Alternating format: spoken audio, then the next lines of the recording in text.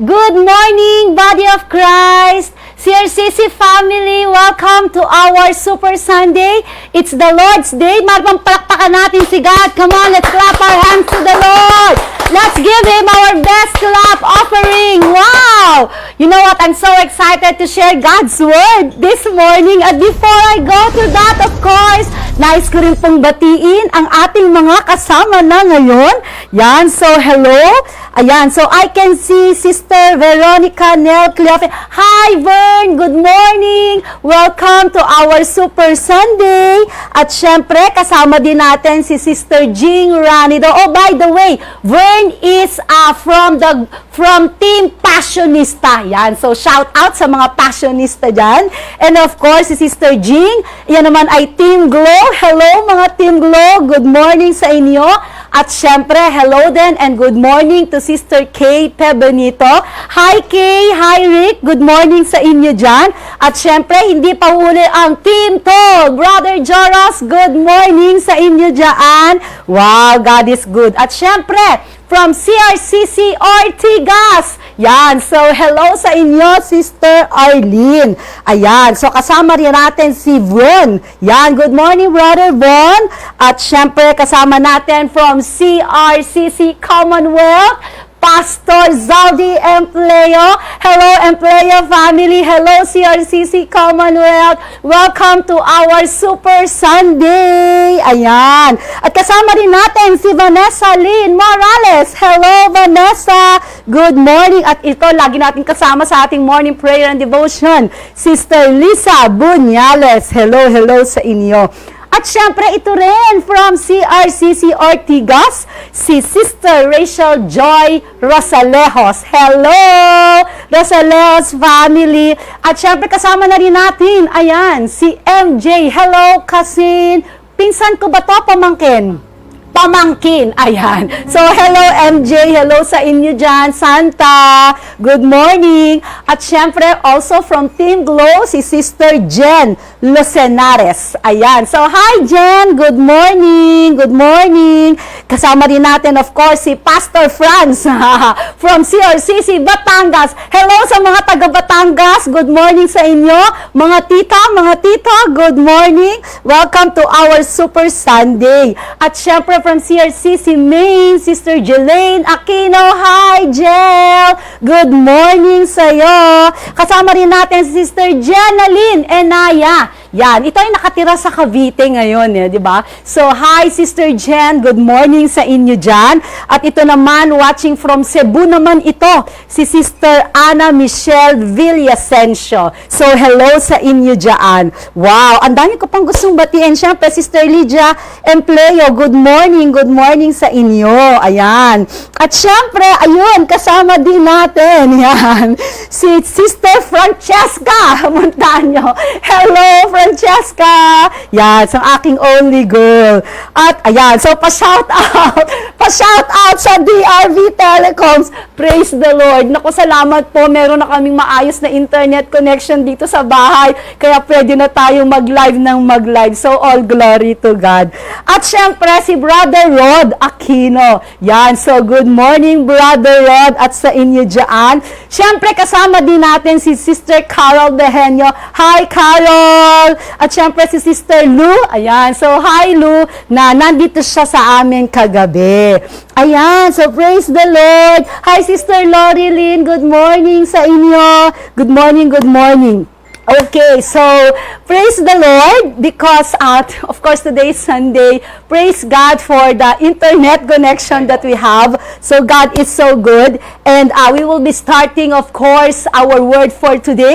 So are you ready, church, to hear God's word? Come on, let us all pray and welcome the presence of the Holy Spirit in the midst of us. Hallelujah, praise the Lord. Maraming pong salamat, Panginoon, sa inyong presence. Thank you for your very presence who are with us us, in every homes who are with us. Maraming salamat po, Panginoon. And as we, O God, hear your word, I pray and I declare that it is with power that will change and transforms our lives. Hallelujah. Thank you, Jesus. Continue to speak to us, O God, through your word. Continue to be with us, O Lord. May we all enjoy, O God, Lord, and feast at your word, O God, this morning. And it is to bring glory to your name, because you are the reason, O God, why we are gathered together, O Lord, in the name of Jesus Christ, to glorify you, to exalt you, to hear from you, O God. Praise Jesus. We love you, we worship you. In Jesus Christ's name we pray. Amen and amen and amen. Come on, let's clap our hands to God. Wow, praise the Lord. So our topic this morning, are you ready, church? Wow, let's get excited. Our topic is walk inside the fog. Yan. So what is this fog? Okay, fog is the favor of God. Wow, you know what? I've been talking about this favor of God, and I believe that this time may kakaibang message si Lord para sa atin. Alam niyo, sobrang mahal na mahal tayo ni Lord. Sobrang mahal na mahal ka ni Lord. He wants you to be inside the favor of God. Praise the Lord. Come on, let us open our Bible. If you have your Bible with you, open it to Genesis chapter 31. Ayan. So we will be reading a few verses. Okay, so be with me as I read the following verses. Verse 1. Now, Joseph had been taken down to Egypt. Potiphar, an Egyptian who was one of Pharaoh's officials, the captain of the guard, bought him from the Ishmaelites who had taken him there. Verse 2, the Lord was with Joseph, and he prospered, and he lived in the house of his Egyptian master. Verse 3, when his master saw that the Lord was with him, and that the Lord gave him success in everything he did, Joseph found favor in his eyes and became his attendant. Potiphar put him in charge of his household, and he entrusted to his care everything he owned. Verse 5, from the time he put him in charge of his household and of all that he owned, the Lord blessed the household of the Egyptian because of Joseph. The blessing of the Lord was on everything Potiphar had, both in the house and in the field. Verse 6, so he left in Joseph's care everything he had, with Joseph in charge. He did not concern himself with anything except for the food he ate. Now Joseph was well built and handsome. Verse 20. Okay, let's jump to verse 20. Joseph's master took him and put him in prison, the place where the king's prisoners were confined. But while Joseph was there in the prison, the Lord was with him. He showed him kindness and granted him favor in the eyes of the prison warden.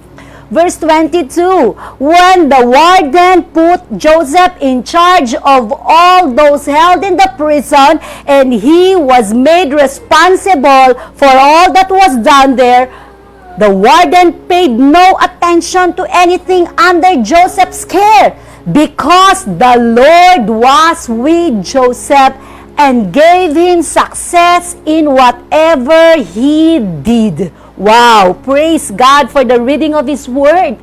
So, paulit-ulit po na nabasa natin dun sa mga verses na talagang when there is the favor of God, there is success. Amen? Talaga naman kahit nasa loob ng prison cell. Praise God, di ba? God prospers the works of Joseph's hands. He gave him success in all he did. Praise the Lord. Amen. God is so good. That's why today I declare that we will all walk in fog. favor of God. Amen? Kung ikaw yon, sabihin mo, ako yon. Come on, comment it down, ako yon. Amen? May message si Lord sa atin ngayon. You have to receive the word of God. Come on, say it, declare it, ako yon. Amen? Lahat, kung if you are here for the first time, welcome to CRCC family. It's not an accident. God loves you and He wants to pour out His favor upon your life. Hallelujah. Gone are the days of sufferings. Gone are the days of those sobrang hardships of life. No, no, no. February na ngayon. Last week of February. Mag-i-start na ulit ang panibagong month. A new beginning. Amen. New doors are opening. Come on, say it. New doors are opening in my life. Amen. Praise the Lord. That's why in Proverbs 22 verse 1 it says, a good name is to be desired than great riches. Favor is better than silver and gold. Praise the Lord. Iba kasi kapag we have the favor of God. You know what, church? If you have the favor of God, you have the undeserved goodness of God. Say amen. Amen? If you have the favor of God, it means that you have the unmerited mercy of God. Amen? Kakaibang klase ito. If you have the favor of God, it is when the heaven is helping you. Ha? Yung mga bagay na mahirap abutin, yung mga bagay na ang tagal mo dapat magawa, kaya mong gawin yan. Ha? Even in an instant because of the favor of God in your life. Come on, ha? Favor is qualifying you when you are disqualified. Ha? Iba ang favor ni Lord. Amen? God, when you are in favor, you are being accepted. Hallelujah. You are being celebrated. Amen? You are being commended. Praise the Lord. Amen? Favor is when promotion. It is the promotion that comes from the Lord. Amen? Praise God. That's why it doesn't matter. It doesn't matter where you came from. Okay? It doesn't matter where you came from. Your background become irrelevant. Your past is not a place of residence. It is just a place of reference. Kaya kung ikaw itong pinag-uusapan natin mga kapatid, it doesn't matter what is your family background. Pag nasa iyo ang favor ni Lord, it will just only be a point of reference, but it will definitely not the point of destiny. Amen? Come on, say it. Amen? Praise the Lord. Favor will locate you. Wow. Favor will locate you. You will receive even what you are not asking for. Hallelujah. Praise the Lord. Favor will give you promotion above what you are applying for. Come on, ha? Sino ngayon dito ang gusto ng favor ni Lord, ha? Mari nag-a-apply ka ng ganitong posisyon, pero ang binigay sa'yo higit pang posisyon. Amen? Praise the Lord. Amen? Hallelujah. God is so good. So the key word is favor. Sabihin nga natin, I want the favor of God. Come on, say it. I want the favor of God. Kaya ang sabi dito, it is a good name is more desired than great riches, and favor is better than silver and gold. What is it that we have if we have divine favor? Mga kapatid, number 1, you have the assistance. Praise God. Iba kasi pag, kunyari, patutunguhan tayo, at ginagawa mo yon, nilalakaran mo yon, you're doing your best, praise God. Pero iba kapag kami assistance kay, di ba? May kasama ka. Hallelujah. Iba yung kapag kami tumutulong sa'yo. Alam nyo po, ako po ay 48 years old na. And sometimes talagang medyo meron akong nararamdamang masakit-sakit sa mga kasu-kasuan, yung mga ganyan. Pero alam nyo ba, every time na nandiyan si pastor, na ina-assist niya ako, laging minamassage po niya ako, talagang ang sarap ng pakiramdam ko. Talagang ang sarap ng may nag-a-assist sa akin kapag ka naglalakad ako. So many times na dapat madudulas ako, buti na lang, pag naglalakad kami ni pastor, magka-holding hands kami palagi. So imbis na madudulas ako, talagang ang dami. Lagi niya akong nahahawakan, nasasalo. Iba po kasi pag may assistance. Amen? How much more pag ang assistance natin ay galing kay Lord. At si Lord, praise the Lord. Sabi ng Psalm 106 verses 4 to 5, Remember me, O Lord, when you show favor to your people. Come to my aid when you save them, that I may enjoy the prosperity of your chosen one, that I may share in the joy of your nation, and join in inheritance in giving praise. Wow, praise the Lord. Iba po kapag may assistance tayo na nanggagaling kay Lord, and that is what we call divine favor. So other people may have more talent, education, or experience, pwede, but God's favor can cause you to go places you could not go on your own. Praise the Lord. Amen. Iba talaga pag may favor si Lord. Alam niyo po, naalala ko, it was our dream before na mag-travel outside the country. Not only kami ni Pastor, pero sabi namin, Lord, pwede bang ang hiningi ni Pastor, Lord, pwede ba na bago may mag-asawa sa mga anak ko, makapag-travel kami abroad, kaming buong pamilya? Yun ang hiningi niya kay Lord, naalala ko yun. Tapos, pero syempre kami, nag-iipon, tumitingin, mga ganyan. Pero pag tinitingnan namin yung aming kakayanan during that time, financially, medyo mahirap or alanganin.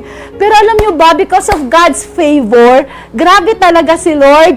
Talagang isang tao lang, actually mag-asawa lang, yung ginamit ni Lord para matupad yun. Yung ang tawag doon talaga favor di ba? Na nung kinausap kami nung mag-asawa, ang sabi nila, they have that heart na sponsor kami for a Singapore trip.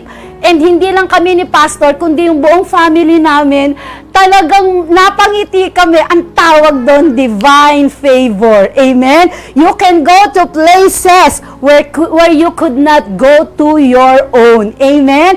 And marami pang lugar na pupuntahan natin. Amen? Marami pa tayong mga mararanasan na hindi pa natin nararanasan noon. Come on, church, wake up your mind, open up your eyes to the things that God can do in your life. Amen? You can touch money you've never touched before. Praise the Lord. Amen? Why? Kasi pag pinagkatiwalaan kasi ni Lord sa maliit, pagkakatiwalaan ka rin ni Lord sa malaki. Kaya kapag ka nakita, if we show to God that we can be trusted with little things, God can entrust us with more. Praise the Lord. Ang tawag dyan, divine favor, assistance. Amen? Sabihin natin, I need divine favor of God. Come on. Hindi lang ngayon, kasi, well, of course, pandemic is not yet over. It's not yet, hindi pa tapos ang pandemic, but we believe that one day matatapos ito. Amen? And life continue, life goes on. Amen? And even inside the pandemic times, I believe that with divine favor, praise the Lord. Amen? May kakaiba tayong mga mararanasan. Hallelujah. Do you believe that? Amen? Na maraming kayang gawin si Lord sa atin sa lahat ng pagkakataon, maging sa gitna ng pandemyang ito. Amen? Praise the Lord. Number 2, ayan ano ba meron tayo? If we have divine favor, is what we call advantage. Sabihin nga po natin, advantage. Wow! God's favor can provide you with insight about future happenings and put you ahead of the game. Wow! May advantage ka pag may favor ka ni Lord. Come on, sabihin mo nga yan, may advantage ako kasi may favor ako ni Lord. Wow, praise the Lord. Psalm 90:17 says, may the favor of the Lord our God rest upon us. Establish the work of our hands for us. Yes, establish the work of our hands. Praise the Lord. Amen? So, ganon ka-importante ang favor ng Lord. That's why if you have the favor of the Lord, di ba? The presence of God will rest on us. Praise the Lord. Amen? So, are you excited? Excited na ba kayo na experience yung fog, yung favor of God? Amen? Praise the Lord. At hindi lang yun. This one, I like it, Not only assistance, not only advantage, but acceleration. Come on, say it, acceleration, Acceleration. If you have God's presence, you have favor. Okay? Napag-aralan natin yan. 1 minute of God's presence can accomplish more than 20 years of your striving. Ha? Kaya ang sabi ng Bible, Matthew 6:33, seek ye first the kingdom of God and His righteousness, and all of these things shall be added unto you. God can bless the works of your hands, multiplied, faster. What you can do, what a minute of God's presence can accomplish more than 20 years of your striving. Yung mga paghihirap mo, yung mga plano mo, yung mga nais mong magawa, actually 20 years or more in the presence of God, just a minute of it. Hallelujah. Amen? Kaya kailangan may wisdom tayo. Sabi natin, dapat kayo may wisdom tayo, di ba? We should have the wisdom and the mind of Christ. Amen? Praise God. Alam niyo po, may story sa 2 Kings. Okay, so basahin ko po ito sa 2 Kings chapter 7, verse 1. Simulan po natin ito. Elisha said, hear the word of the Lord. This is what the Lord says. About this time, okay, tomorrow, a sheath of flour will sell for a shekel, and 2 sheds of barley for a shekel, the gate of Samaria. Okay, so listen alam niyo po kasi sa panahon na ito, sa lugar po ng Samaria, ay may tinatawag na taggutom. Gaano katindi ang taggutom, may mga naging cannibalist na. They are eating man. Sobrang taghirap na to. Kasi they were guarded and hindi na sila makalabas doon sa lugar. They were confined in that place and they cannot trade, they cannot go out. So ang tendency, kung ano man yung commodities, kung ano man ang meron sila, mataas na ang bentahan. Okay? So basahin natin to, verse 3. Now, there were 4 men. Okay, so remember sa story natin, nag-prophesy si Prophet Elisha. Sabi niya, bukas sa oras na ito. Sabi niya, ano sabi doon? A cess of flour will sell for a shekel. Magmumura ulit. Parang ganito na lang, parang bigas. Kumbaga, kung ngayon, for example, ang kilo ng bigas ay 60 pesos. Sabi ni Prophet, bukas, kunyari, nagmahal kasi nagkaroon ng drought, paggutom. Kunyari, for example lang naman, ang kilo ng bigas ay 100 ngayon. Sabi ni Prophet Elisha, bukas sa ganitong oras, 10 piso na lang ang kilo ng bigas. Siyempre, yung mga tao doon, paano mangyayari yun? Baboy na lang kasi mahal ang baboy. O kunyari, ang baboy, 410 ang kilo ngayon. Bukas sa ganitong oras, 50 pesos na lang. Siyempre, mga tao, paano mangyayari? Tingnan natin. Verse 3. Now there were 4 men with leprosy. Okay? Now there were 4 men with leprosy at the entrance of the city gate. They said to each other, why stay here until we die? If we say we will go to the city, the famine is there, and we will die. And if we stay here, we will also die. So let's go over to the camp of Arameans and surrender. If they spare us, we will live. If they kill us, then we will die. Kasi during that time po kasi ang mga leper, yung may mga leprosy, they are not accepted in the city. So andun lang talaga sila, hindi sila makapasok sa city, andun lang sila sa city gate. Pag lumagpas sila, andun na yung camp ng mga Arameans, yun yung mga kalaban ng mga Samarian, kaya nga hindi sila makalabas So nag-decide na tong 4 na leper na to. Pare-pares tayong mamamatay dito. Ayaw tayong papasukin doon. Pag pumunta tayo doon, humingi na lang tayo. Ano sabi niya? Mag-surrender na lang tayo doon sa mga kalaban, di ba? Kung mabubuhay. Kung mamamatay. Kasi ganun din naman, magamatay din tayo dito sa gutom.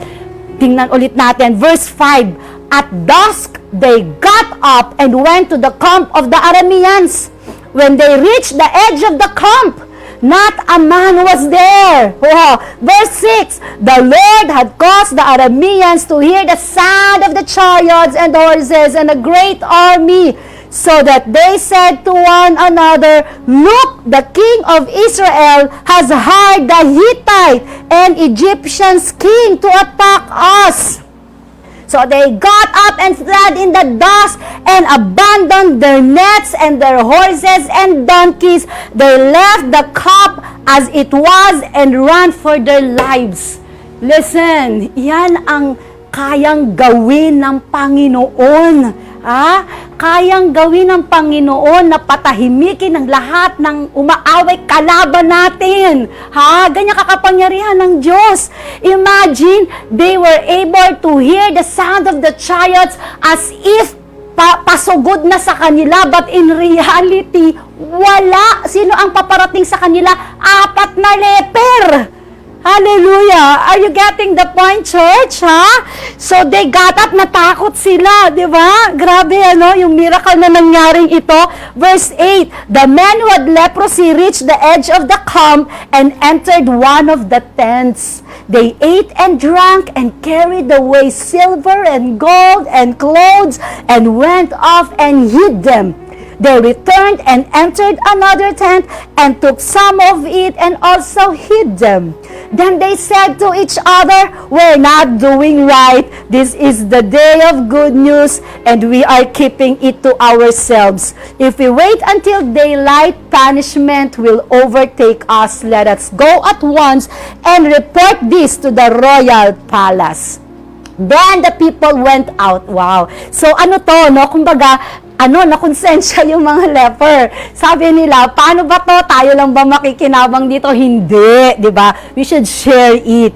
And then verse 16, then the people went out and plundered the camp of the Arameans. So a sash of flour sold for a shekel, and 2 sash of barley sold for a shekel, as the Lord had said. Nagkaroon ng tinatawag na acceleration, at nangyari ang sinabi ni Lord through prophet Elisha. Amen. So praise the Lord. Pag sinabi kasi ni Lord through the man of God, we should believe. Amen. Because those words comes from God Himself. So praise God. Amen. So meron kasing divine favor na tinatawag. Kaya nagkaroon ng acceleration. Amen. Paano sila nag-accelerate? Hindi pa sila sumusugod. Natalo na yung kalaban. Sino yung gusto ng ganyan? Di ba? Hindi ka pa lumalaban. Nagsisimula ka pa lang lumaban. Talo na yung kalaban. Para nagsisimula ka pala mag-apply, tinanggap ka na kagad, di ba? Praise the Lord. Amen. Can you receive this word that we have for today? Amen. Grabe. Ang tawag dyan ay divine favor. Kaya once again, sabihin natin, I want divine favor of God. Come on, say it, ha? Grabe, yan ang favor ng Panginoon. And not only that, there is an assistance, there is an advantage, there is an acceleration, and there will be abundance. Hallelujah. Praise the Lord. Come on, say it. Abundance, ha? Say it. Abundance. No hater can stop God's favor. God will give them VIP seats to watch as He enlarges your territory. Wow, praise the Lord. I like it, di ba? Sino dito yung gusto ma-experience mo yan? Ha? Sino dito yung gusto mo ma-experience mo yan? You have the divine assistance of God. Praise the Lord. You have the advantage. Praise God. You have acceleration. Thank you, Jesus. And you will also have abundance. Come on, say it. I receive it. And no one can stop God's plan for your life. Let me repeat that again. No one can stop plans for your life. Ang sabi ng Psalm 23 verse 5, you prepare a feast for me in the presence of my enemy. You honor me by anointing my head with oil. My cup overflows with blessings. Wow! Praise the Lord!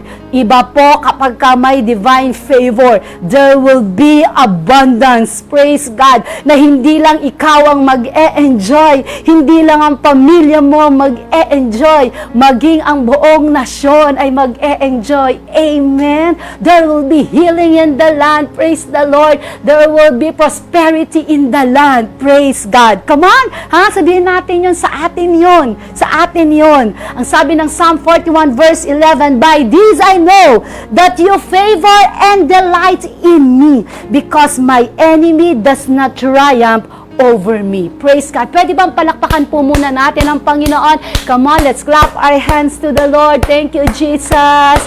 Thank you, Lord.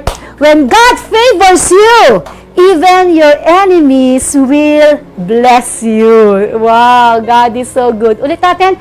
When God favors you, even your enemies will bless you. Wow, God is so good. Amen. Sabihin nga natin yon, God is so good. Amen. Mga kapatid, we are hearing God's word. And as we hear God's word, kailangan we have to receive it. We have to believe it. because that's a living Word of God.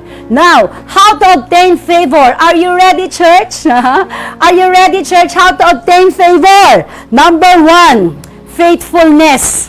Sabihin nga po nating sabay-sabay, faithfulness. Faithfulness. Napakahalaga po ng katapatan. Sabi ng Proverbs chapter 3 verses 3 to 4, let love and faithfulness never, ulitin ko, never, again, never leave you. Bind them around your neck, write them on the tablet of your heart, then you will win favor and a good name in the sight of God and man. Sino dito yung gusto mo ng favor? Hindi lang ng tao, but most especially you want the favor of God. Say amen. If you want the favor of man and God, ano sabi ng word? Let love and faithfulness never leave you. Mga kapatid, pag-ibig at katapatan. Kaya sabi, bind them around your neck. Pag sa wrist, baka matanggal. Sa leeg na, di ba? And write them on the tablet of your heart. Ganyan po kaimportante para kay Lord ang faithfulness. Kaya nga po, ang salitang tapat, pagbalik-balik ta rin pa natin, ay tapat pa rin. Amen? Praise God. Number 2 is gratefulness. Wow! Faithfulness and gratefulness. Okay? Alam nyo, paano natin mapapakita kay Lord yung grateful tayo? Nagpapasalamat tayo, di ba? Papunong-puno ng thanksgiving, Meron pong story sa Genesis chapter 4. Okay, we'll be reading from verse 4. Ang sabi po dito, but Abel brought fat portion from some of the firstborn of his flock. The Lord looked with favor on Abel and his offering, but on Cain and his offering, he did not look with favor. So Cain was very angry, and his face was downcast. Verse 4, but by faith Abel offered to God a more excellent sacrifice than Cain, through which he obtained witness that he was righteous, God testifying of his gift, that though he being dead, still speaks. Ganyan po inonor ni Lord si Abel, that because of his offering unto God, it pleases the Lord. And because of that offering, the eyes of the Lord catches Abel and his offering.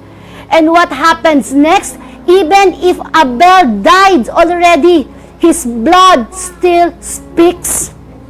So mga kapatid, how to obtain the favor of God? Number 1 is faithfulness. Number 2 is gratefulness. Wow, praise God. Alam niyo po dito sa CRCC, madami pong mga testimonies kung papaanong dahil sa kanilang katapatan, they have experienced God's favor in their lives. And isa po sa nag-testimony sa atin, and we will once again watch her testimony.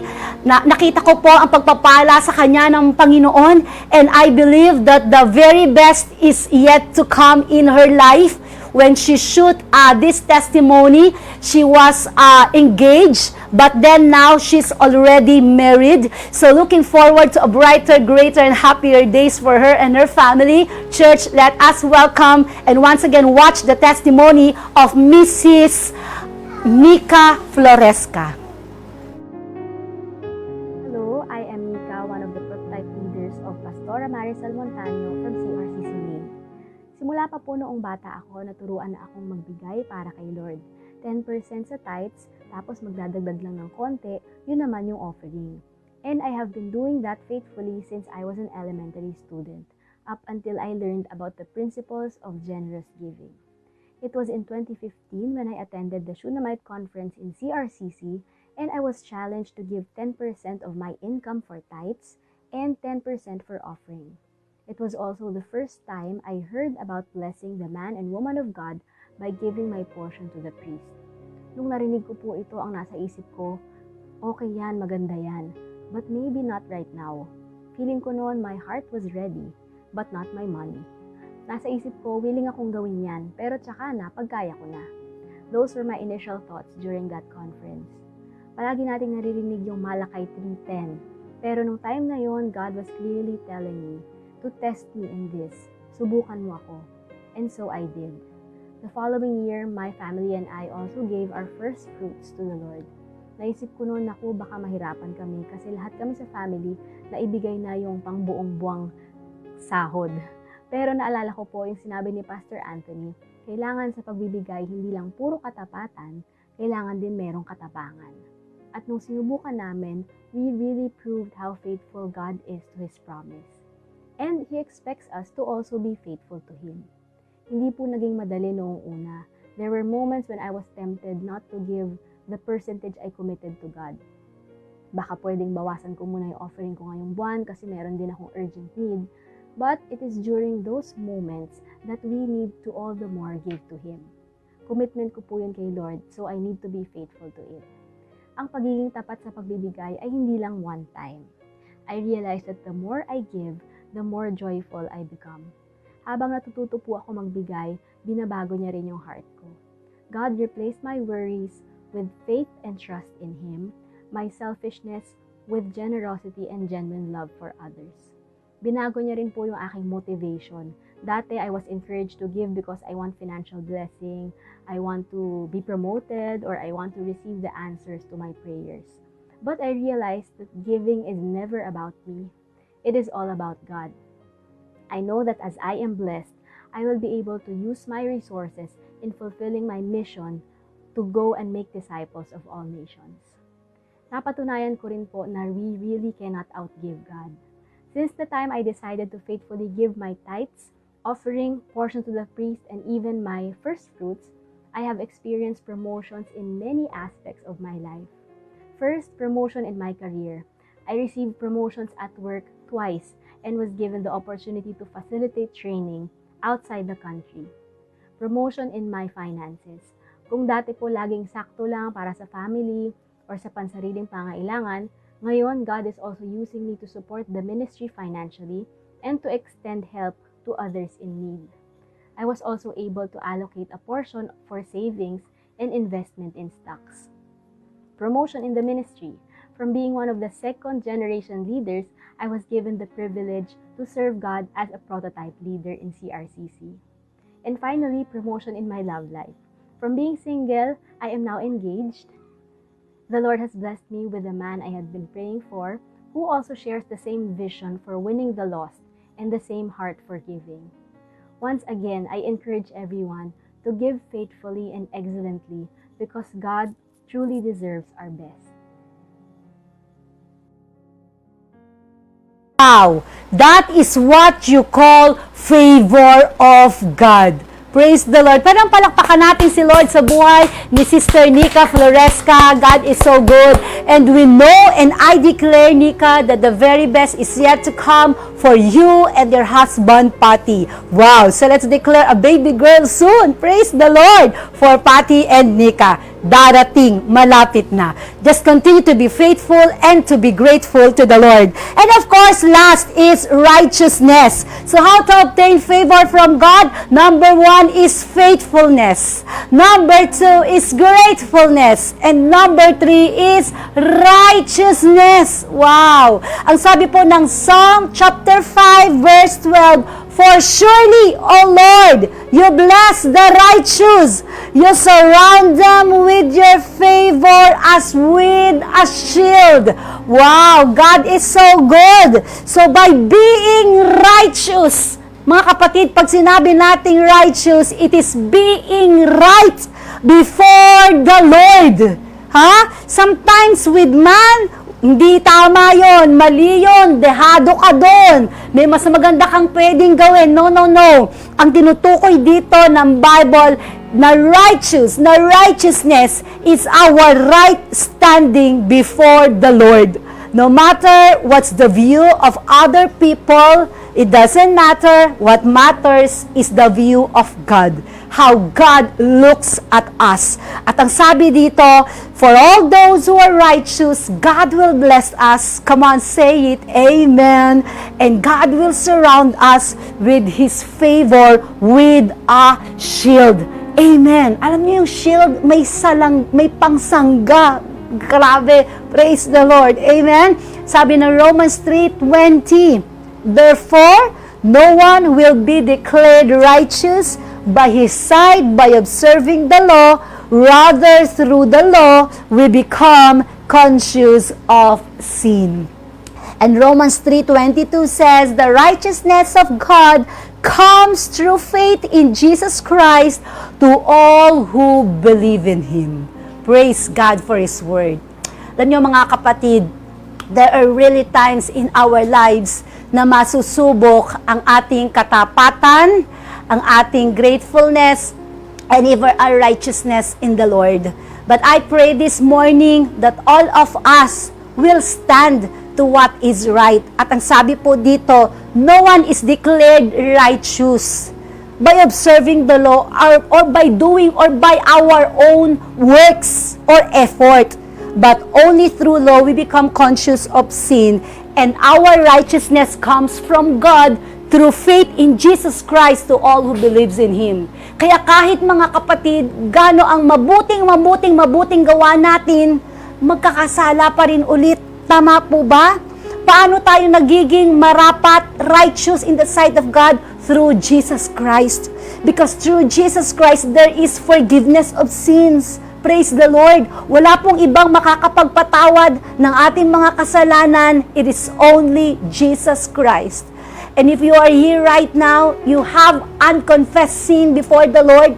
If you are here right now and still you do not know Jesus Christ, and still hindi mo pa tinanggap si Jesus Christ in your life as your only Lord and Savior, now is the time.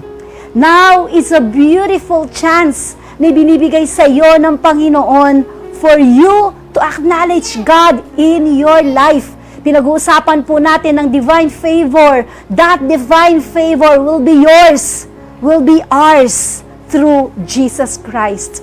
And kapatid, if you are here with us right now and you have decided, I want that, I want that, gusto ko yung pinag-uusapan natin dito, di ba? Gusto ko yun, di ba? It comes through Jesus Christ. And we need to have a personal relationship with Him. And if you are here with us and you have decided to accept and receive Jesus Christ as your only Lord and personal Savior, I invite you to a prayer of acceptance with me right now. Can we all bow down our heads, church, and let us all together pray together with our friends that for the first time, they will accept Jesus Christ. Come on. Panginoong Jesus, humihingi po kami ng tawad sa inyo. Humihingi po ako ng tawad. Patawarin niyo po ako sa lahat ng aking nagawang kasalanan. At sa oras na ito, tinatanggap kita, Hesukristo, bilang aking sariling Diyos sa tagapagligtas. Patawarin niyo po ako sa lahat ng aking nagawang kasalanan. At mula sa araw na ito, pupurihin kita, paglilingkuran kita, ikaw lamang at wala nang iba. Aking dalangin sa pangalan ni Jesus. Amen. Let me pray for you. Lord, honor the faith of our brethren who are with us right now, O God. Lord, as we confess our sins before you, you have said that forgiveness is available. Thank you, Jesus, for your forgiveness for all of us. And Lord, as we accept you as our personal Lord and Savior, Lord, divine favor comes our way. We will never be the same again. Thank you, O God, because we have you in our lives. Thank you, O God, because with you, nothing is impossible. Thank you, O God, because with you, Jesus Christ, salvation is found in no one else but in you. Lord, thank you for dying on the cross for our salvation. Thank you, O God, for every sacrifices you have made. I pray, O God, and declare, O God, that as a church, O God, Lord, we will experience the favor of God in our lives. Bless the new believers, O God, who have heard your message for today, O God. And to all of us, brethren, body of Christ, CRCC family, Lord, bless the works of our hands to continue for us to give glory to you, O God. may continue to use us mightily in the name of Jesus Christ. Amen and amen. For all our first-time guests, we have in our comment section down below a link.